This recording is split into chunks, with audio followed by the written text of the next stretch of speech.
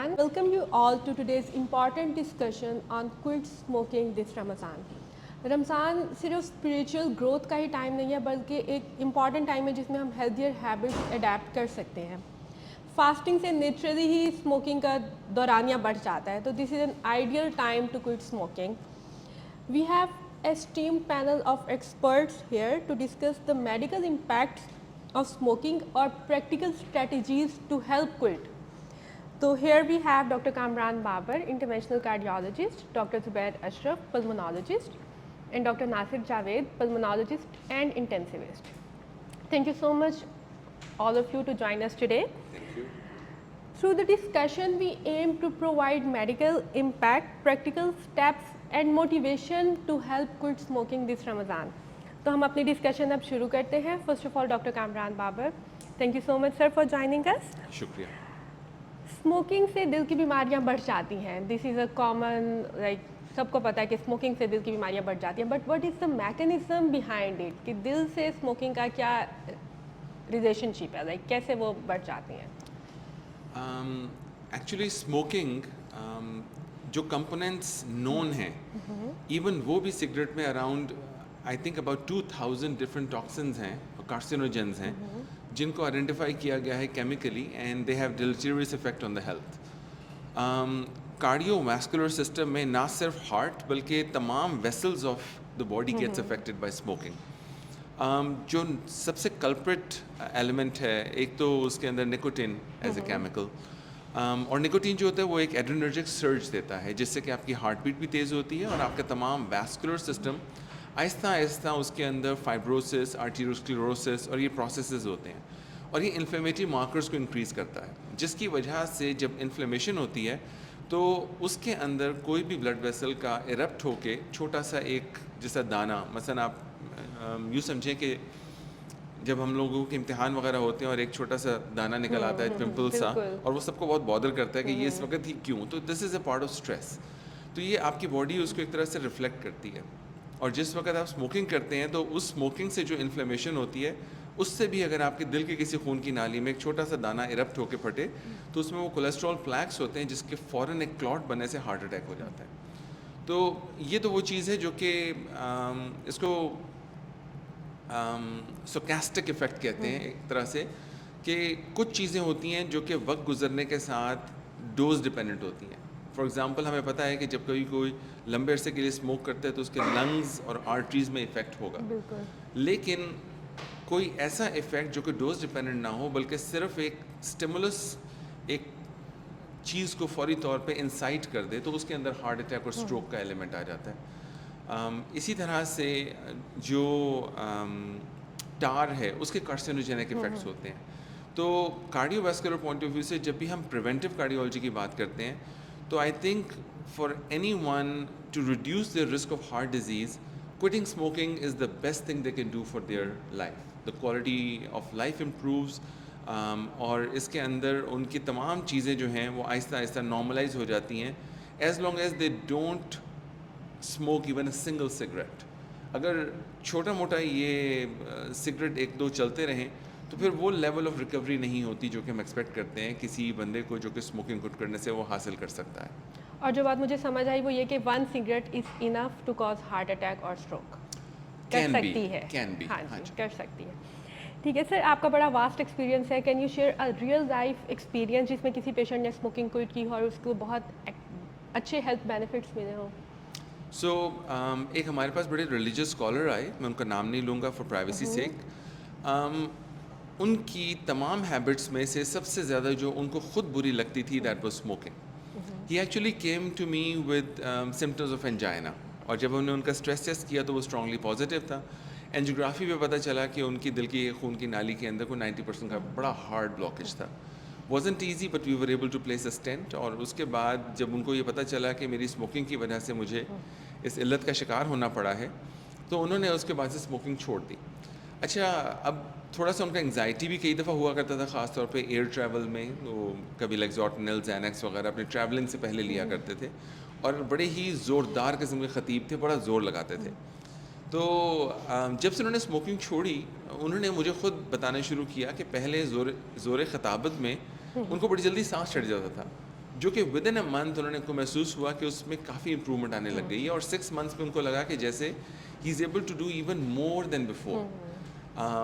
उसके बाद अब इस बात को तकरीबन कोई 15 साल होने को आ गए हैं। उसके तकरीबन 4-5 साल के बाद उनको इस्लामाबाद में चेस्ट पेन हुआ।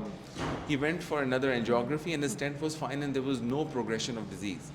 और उसके बाद तकरीबन उनको अभी रिसेंटली दोबारा से कराची में चेस्ट पेन हुआ, तो फिर उन्होंने एंजियोग्राफी करवाई, और जो स्टेंट हमने इनका 15 साल पहले डाला था, इट वाज परफेक्टली फाइन और everything else was okay. He use to get some acid peptic disease related symptoms, जो कि वो स्मोकिंग के बाद काफ़ी बेहतर हो गए, दवाइयों पर डिपेंडेंस उनकी कम हो गई। और इस तरह से मुझे लगा कि ये तो एक सिंपल सा है, लेकिन हमारे बहुत सारे पेशेंट्स जो अपने लाइफस्टाइल में इस हद तक चेंज करें कि वो स्मोकिंग को पूरी तरह क्विट कर दें, डेफिनेटली उनकी quality of life, quality of sleep, daily routine activities में, एक्सरसाइज टॉलरेंस में बहुत फ़र्क आ जाता है। स्मोकिंग छोड़ने से इमीडिएट और लॉन्ग टर्म कार्डियोवास्कुलर बेनिफिट्स क्या होते हैं? इमीडिएट भी कुछ होते हैं या लाइक सिर्फ लॉन्ग टर्म ही होते हैं? देखिए, फ़र्ज़ करें कि एक पर्सन डिसाइड करता है कि वो एक क्विट डेट, कहते हैं कि फ़र्ज़ करें कि जी अब ईद का दिन आ रहा है और 1 अप्रैल जिस पे लोग फूल बनते हैं, मैंने उसके बाद से स्मोकिंग नहीं करनी। और अप्रैल 1 की सुबह जो उसकी रूटीन उठने पे थी कि उठते ही वो पहले सिगरेट पीता था, वो नहीं पीता। तो नॉर्मली ये होता है कि सिगरेट क्विट करने के within 30 minutes to 45 minutes the heart rate and blood pressure start to come down. जो निकोटीन की एक सर्ज होती है जो कि इसको एलिवेट करती है, वो आपको एक इमीडिएट इफेक्ट नज़र आता है। Within a week 10 days उसको अपनी ब्रीदिंग और अपने टेस्ट बर्ड्स का रिवाइवल महसूस होता है। आपकी जो जीआई म्यूकोजा ओरल है, that is one of the earliest, बड़ी क्विक उसकी प्रोलिफरेशन होती है। तो ये उनको महसूस होता है कि पहले जो खाने का जायका उनका ख़त्म हो गया था, वो जायका उनका वापस आने लग जाता है, जिसकी क्वालिटी ऑफ लाइफ बहुत बेहतर हो जाती है। 6 मंथ्स तक अगर वो एक भी सिगरेट नहीं पीता, तो उसकी आर्टरीज़, उसकी जो डायस्टोलिक डिसफंक्शन जिसको मैको पे देखते हैं, उसके अंदर हमें रिवर्सल्स नज़र आने लगते हैं। But this has to be coupled with some other things. खाने पीने में ऑयल घी का चिकनाई कम करना और रेगुलर एक्सरसाइज जिसमें कार्डियो हो। हार्ट बीट उनको हम रोज़ाना एक एक्सरसाइज प्रोग्राम के थ्रू तेज़ लेके जाते हैं। 150 प्लस हार्ट रेट हो तो उनका रेस्टिंग हार्ट रेट जो है वो 60-70s में रहने लग जाता है। और फिर उसके बाद आपको बाकी लंग से रिलेटेड और जो बाकी हैं वो बाकी पैनलिस्ट आपको बताएंगे। लेकिन ओवरऑल जो 5 to 10 इयर्स का पीरियड होता है, इसमें उनके कैंसर के रिस्क ऐसे ही हो रहते हैं जैसे नॉन स्मोकर्स के होते हैं। नॉर्मली कार्डियोवास्कुलर में हम कहते हैं कि अगर एक बंदा 1 साल तक स्मोक नहीं करता, तो ऑलमोस्ट वो अपने कार्डियोवास्कुलर रिस्क को तकरीबन उतना ही ले जाता है जितना कि एक नॉन स्मोकर की तरफ लेगा। का होता है। ज़बरदस्त, thank you so much sir. Now doctor Zubair Ashraf sir, smoking से लंग की डिजीज़ होती हैं जैसे कि COPD बहुत कॉमन है या लंग कैंसर। तो जो स्मोकर्स होते हैं they are trying but they are not able to quit smoking, तो उनको किन वार्निंग साइंस पे नज़र रखनी चाहिए to be able to know कि हमें ये बीमारी होने लगी है, या कुछ ऐसे वार्निंग साइंस होते भी हैं?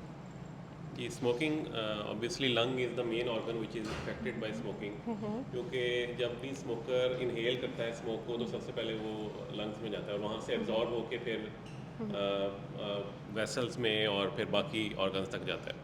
तो जैसे कि सर ने बताया, हज़ारों में केमिकल्स होते हैं जो कि स्मोकिंग के धुएं में होते हैं, सिगरेट स्मोक में होते हैं। इसमें से 69 केमिकल्स ऐसे हैं जिनका हमें पता है कि वो कैंसर करते हैं। तो जब ये केमिकल्स बार बार एक स्मोकर इनहेल करता है तो दे कॉज लंग डैमेज, और शुरू में तो बॉडी उसको रिपेयर कर लेती है, लेकिन फिर एक ऐसी स्टेज आती है when it can not B repaired. तो इसी में COPD और लंग कैंसर को हम देखें तो 85% ऑफ केसेस में स्मोकिंग की वजह से COPD और लंग कैंसर होता है। तो these are the most common disease जो कि स्मोकिंग की वजह से होती हैं।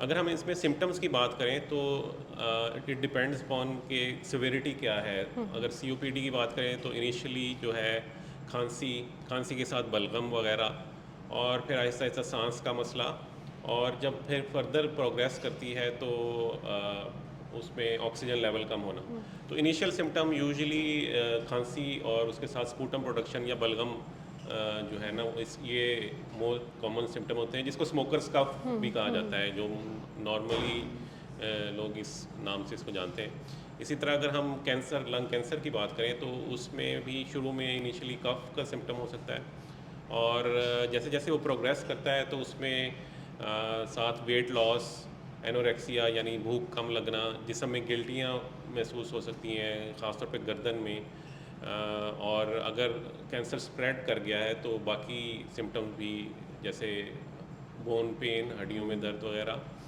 और हेडेक, ये सिम्टम्स भी मिल सकते हैं।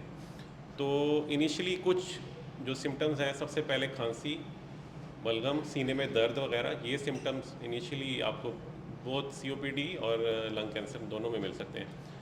और कुछ रेड फ्लैग सिम्टम्स हैं जिनका पता होना ज़रूरी है जो लोग स्मोकिंग करते हैं, जैसे ख़ास तौर पे बलगम में खून आना, खांसी के साथ खून आना, वेट कम होना, जिस्म में गिल्टियों का महसूस होना। तो अगर ये सिम्टम हो तो फ़ौरन डॉक्टर से कंसल्ट करना चाहिए ताकि जो ज़रूरी टेस्ट हैं वो हो सकें और इसमें फर्दर वर्कअप किया जा सके। सर मैं आपकी इस बात से ये अपने कन्फ्यूजन क्लेरिफाई करना चाहूँगी कि जैसे स्मोकर्स कफ होता है, बहुत सारे स्मोकर जिसको नॉर्मल देते हैं, that it is normal, smoking करेंगे तो कफ तो होगी, तो इस पे हमें मेडिकल अटेंशन सॉर्ट करनी चाहिए या it is casual with smoking? देखें, ये एक तरह से इसको ये समझा जा सकता है कि ये एक वार्निंग है स्मोकर्स के लिए ना, क्योंकि smokers cough is usually reversible. जो इनिशियल जब स्मोकिंग कोई भी स्टार्ट करता है तो कुछ दिनों में या कुछ मंथ्स में लंग्स पे ऐसे इफेक्ट आते हैं जिनकी वजह से म्यूकस प्रोडक्शन बढ़ जाती है, उसकी वजह से स्मोकर कफ होती है। लेकिन जिस तरह मैंने बताया, अगर रिकरेंट बार बार इंजरी होगी जो सांस की नालियों में, तो फिर सिम्टम्स ऐसे होते हैं और जो कि फिर परमानेंट हो जाता है। सीओपीडी एक ऐसी डिजीज़ है दैट इज़ नॉट रिवर्सिबल। तो जब उस स्टेज तक मसला पहुंच जाता है तो that can not be fully reversed. उसका प्रोग्रेशन फर्दर स्लो किया जा सकता है, मेडिसिन से सिम्टम बेहतर किए जा सकते हैं, but it is not reversible. इसी तरह अगर लंग कैंसर की बात करें तो once cancer sets in, it can not be reversible. और इनिशियल स्टेजेस में जो फेफड़ों का कैंसर है, लंग कैंसर है, दैट इज़ यूजुअली एसिम्टोमेटिक, यानी उसके कोई ख़ास सिम्टम्स नहीं होते। और अनफॉर्चुनेटली जो हमारे ज़्यादा पेशेंट डायग्नोज होते हैं वो या तो स्टेज 3 और मोस्टली स्टेज 4 तक पहुंच चुके होते हैं, और उसमें फिर डेफिनेटिव ट्रीटमेंट अवेलेबल नहीं होती, यानी पॉसिबल नहीं होती कि हम उसको क्योर कर सकें। तो इसलिए अगर इवन माइनर सिम्टम्स भी हैं तो फ़ौरन डॉक्टर से कंसल्ट करना चाहिए। और सबसे इम्पोर्टेंट ये है कि आप स्मोकिंग छोड़ें, और उसमें अगर आपको हेल्प की ज़रूरत है तो obviously you can consult pulmonologist और अब फिजिशियन। स्मोकिंग छोड़ने की बात किया तो सर आप मुझे बताएं कि आप स्मोकर्स को क्या एडवाइस देना चाहेंगे who want to quit smoking, जिनको कोई क्रॉनिक लंग कंडीशंस हैं and they are smokers of course, जो स्मोकिंग छोड़ना चाहते हैं, तो हाउ कैन दे, लाइक कोई मेडिकल हेल्प हम कर सकते हैं? और जी, इसमें डिफरेंट चीज़ें अवेलेबल हैं। इसमें सबसे इम्पॉर्टेंट जो चीज़ होती है ना, वो ये है कि डिसाइड करें कि now it is the time to quit smoking. और उसमें जितना जल्दी डिसाइड करें, जितना जल्दी एफर्ट करें, उतना ज़्यादा बेहतर है। तो एक तो ये decision making that is very important. उसके बाद डिफरेंट मेडिसिन अवेलेबल हैं जिसमें निकोटीन रिप्लेसमेंट ट्रीटमेंट्स अवेलेबल हैं।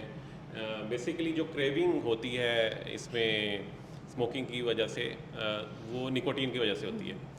तो और लेकिन जो ज़्यादा हार्मफुल इफेक्ट हैं, कैंसर्स हैं, वो दूसरी जो सिगरेट स्मोक में दूसरे केमिकल्स हैं उनकी वजह से होते हैं। तो उसको काउंटर करने के लिए निकोटीन रिप्लेसमेंट थेरेपी जो है ना, दैट इज़ एन ऑप्शन। और उसमें डिफरेंट फॉर्म्स में अवेलेबल हैं, निकोटीन गम्स अवेलेबल हैं, लोजेंजेस अवेलेबल हैं, या पैचेस की फॉर्म में अवेलेबल हैं। तो वो यूज़ करके दैट जो कि that can be helpful in quitting smoking. उसके बाद कुछ मेडिसिन भी अवेलेबल हैं। तो यूजुअली जो आमतौर पे ये किया जाता है कि इनका कॉम्बिनेशन फॉर्म में यूज़ होता है कि निकोटीन रिप्लेसमेंट और मेडिसिन, और सबसे इम्पॉर्टेंट जो है ना वो बिहेवियरल थेरेपी या काउंसलिंग, उसका सबसे अच्छा रोल है। तो इन ट्रीटमेंट मोडालिटीज़ को कॉम्बिनेशन में यूज़ करके स्मोकिंग को छोड़ा जा सकता है। ठीक है sir, how significant is the passive smoking for other persons in home? जैसे स्मोकर्स हैं, उनके साथ बच्चे भी होंगे घर में, बड़े बूढ़े भी होंगे, तो पैसिव स्मोकिंग भी क्या उतनी ही नुकसानदेह है जितनी एक्टिव स्मोकिंग है? जी, पैसिव स्मोकिंग या सेकेंड हैंड स्मोक जिसको कहा जाता है, इट इज़ वेरी सिग्निफिकेंट। जो एनुअल डेथ्स हैं स्मोकिंग की वजह से total, that is around 8 millions. इसमें से 1.2 मिलियन जो हैं वो पैसिव स्मोकिंग की वजह से होती है। और पैसिव स्मोकिंग में सेकंड हैंड स्मोक और third hand smoke. Second hand smoke का मतलब ये है कि someone is smoking and the other, जो दूसरे लोग उधर मौजूद हैं, दे आर ऑल्सो इनहेलिंग, वो इनहेल कर रहे हैं वो स्मोक, तो that is second hand smoke. लेकिन फॉर एग्जांपल अगर किसी रूम में एक स्मोकर स्मोक करके वहाँ से चला गया है, लेकिन फिर भी कुछ पार्टिकल्स हैं जो उस रूम में रह जाते हैं सरफेसेस पे, फर्नीचर पे, तो जब कोई और उस रूम में आता है तो they still are inhaling those particles. तो ये है, ये थर्ड हैंड स्मोक है। तो अराउंड जैसे मैंने बताया 1.2 मिलियन डेथ्स होती हैं सेकंड हैंड और थर्ड हैंड स्मोक की वजह से। बच्चों में ख़ासतौर पे सेकंड हैंड स्मोक जो है ना, ये बहुत हार्मफुल है, बहुत नुकसानदेह है, और बच्चों में एस्थमा का इंसिडेंस बढ़ जाता है, रिकरेंट इन्फेक्शंस हो सकती हैं, रिकरेंट ईयर इन्फेक्शंस हो सकती हैं, और उनका जो लंग फंक्शन है दैट वो कम हो जाता है एज़ कम्पेयर टू नॉर्मल जो बच्चे हैं जो कि स्मोक से एक्सपोजर जिनका नहीं है। इसी तरह अगर बड़ों में देखें तो बड़ों में हार्ट डिजीज़ का इंसिडेंस बढ़ जाता है, स्ट्रोक, फालिज का इंसिडेंस बढ़ जाता है, और उनका भी जो डिफरेंट कैंसर्स हैं स्मोकिंग की वजह से, वो भी हाई रिस्क इसकी वजह से, सेकेंड हैंड स्मोक की वजह से उनका रिस्क भी बढ़ जाता है। Thank you so much sir. Doctor Nasir, आप what are the most common critical smoking related complications जो आप आईसीयू सेटिंग में देखते होंगे? Thank you very much for having me here. जो सबसे ज़्यादा कॉमन कॉम्प्लिकेशन है ना, वो रेस्पिरेटरी फेलियर के साथ पेशेंट प्रेजेंट करते हैं at the end of COPD, at the end of chronic bronchitis. Lung cancer है तो मैसिवली प्लूरल एफ्यूजन के साथ, टाइप 2 रेस्पिरेटरी फेलियर के साथ, उसके साथ प्रेजेंट करते हैं, जो मोस्ट कॉमन कॉम्प्लिकेशन है। सेकंड जो है कॉम्प्लिकेशन नमूनिया, इन्फेक्टिव एक्सरबेशन जो है सीओपीडी की, उसके साथ आईसीयू में लैंड करते हैं, बट इनडायरेक्टली वो भी टाइप 2 रेस्पिरेटरी फेलियर उसके साथ प्रेजेंट करते हैं। आम अगर अल्फाज में इसको समझाने की कोशिश की जाए कि अब लंग्स जो हैं वो नॉर्मल ऑक्सीजनेशन और कार्बन डाइऑक्साइड का जो लेवल है उसको मेंटेन नहीं कर पा रहे। अब उनकी जो कैपेसिटी है कि ऑक्सीजनेशन को मेंटेन करना और बॉडी में एक कार्बन डाइऑक्साइड के लेवल को सर्टेन लेवल पे मेंटेन करना, इट हैज़ बीन लॉस्ट। अब ये प्रोसेस ग्रेजुअल होता है, ओवर द ईयर्स होता है। आप इसको अननोटिस जाने देते हैं, जब एट द एंड जाके फिर वो lung is basically a balloon. अब बैलून में होता क्या है कि जब आप इंस्पायर करते हैं उस बैलून के अंदर तो वॉल्यूम्स होगा कुछ। अब वो वॉल्यूम फॉर एग्जांपल 1 लीटर है, 1 लीटर का जो वॉल्यूम है जब आप उसको एक्सहेल करेंगे उसका 70 to 80% आप एक्सहेल कर देते हैं। 10-20% आपका रेजिडुअल वॉल्यूम होता है जो लंग को कंप्लीट बैलून को कोलैप्स होने से बचाएगा। स्मोकिंग करते करते करते आप क्या करते हैं, आप सारा जो लंग्स की जो मेन ट्री है उसकी जो स्मूथ मसल्स हैं they are get so stiff, और जो रेजिडुअल वॉल्यूम है वो ग्रेजुअली राइज करना शुरू कर देता है। अब एक लंग की कैपेसिटी है कि वो मैक्सिमम 1 लीटर का वॉल्यूम जनरेट कर सकता है। नॉर्मल लंग के अंदर आप इनहेल करेंगे, एक्सहेल करेंगे, 70% 20% का रेजिडुअल है।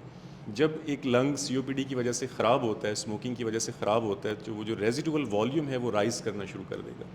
यानी आप 500 ml बाहर निकालेंगे तो 400-500 ml अंदर इकट्ठा करेंगे। अब जो कहने को तो पूरा वॉल्यूम्स है, कहने को तो हो सकता है कि वॉल्यूम ज़्यादा हो जाए, बट जो फंक्शनल वॉल्यूम है वो बहुत थोड़ा रह जाता है, जिस फंक्शनल वॉल्यूम के ऊपर आप अपनी ऑक्सीजनेशन वेंटिलेशन को मेंटेन कर रहे होते हैं। एक सर्टेन स्टेज के बाद जब एंड स्टेज पहुंचती है, that volume is not enough to maintain oxygenation and CO2। फिर आप ultimately you will end up in the respiratory failure and you will end up in the ICU। यानी exchange capacity lungs की खत्म हो कम जाती होती है, जाती खत्म हो है। जाती है। ठीक है। Defensive mechanism are lost and the oxygen and ventilation process is so much low कि वो बॉडी की डिमांड को पूरा नहीं कर सकते।